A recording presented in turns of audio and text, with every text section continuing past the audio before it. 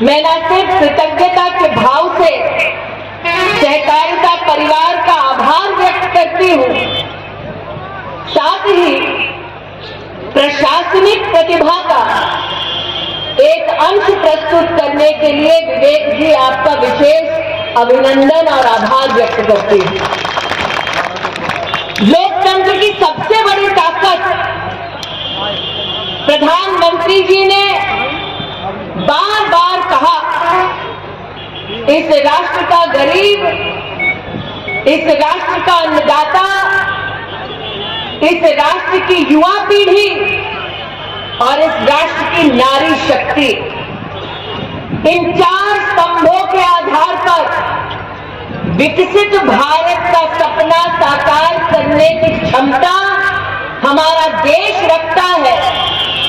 आज उसी का एक सुनहरा उदाहरण विवेक जी आपके माध्यम से सहकारिता परिवार ने अल्प समय में इस क्षेत्र में कर दिखाया है।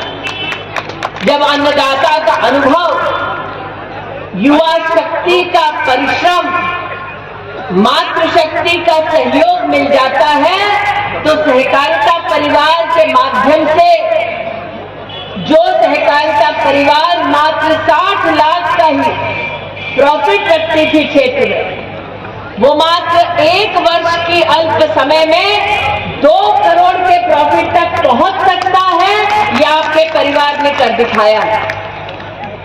विशेष रूप से ये क्षेत्र ऐसा है जिस पर सत्ता पर काबिज होने के बाद लोगों ने राष्ट्रीय स्तर पर नेतृत्व दिया है, लेकिन आज मैं आप सबके सम्मुख विधायक अशोक जी और आपके सहकारिता परिवार के मुखिया विवेक जी के संरक्षण में कह सकती हूं कि पहली बार जनपद रायबरेली में, लोकसभा अमेठी में साधारण जनमानस के हाथ में सत्ता आई है।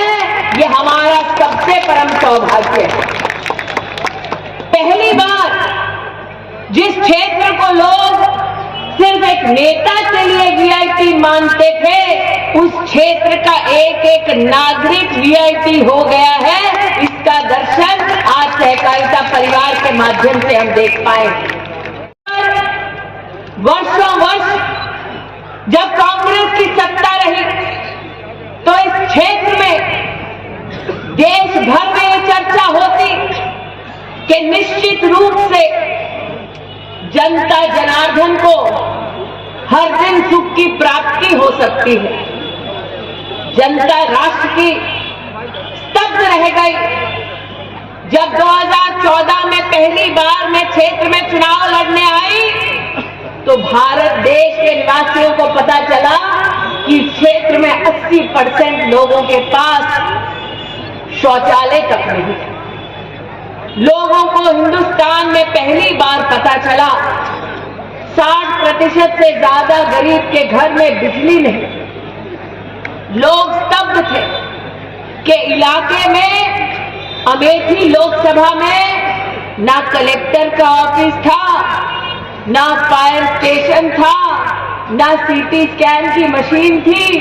अगर घर में कोई बीमार हो जाए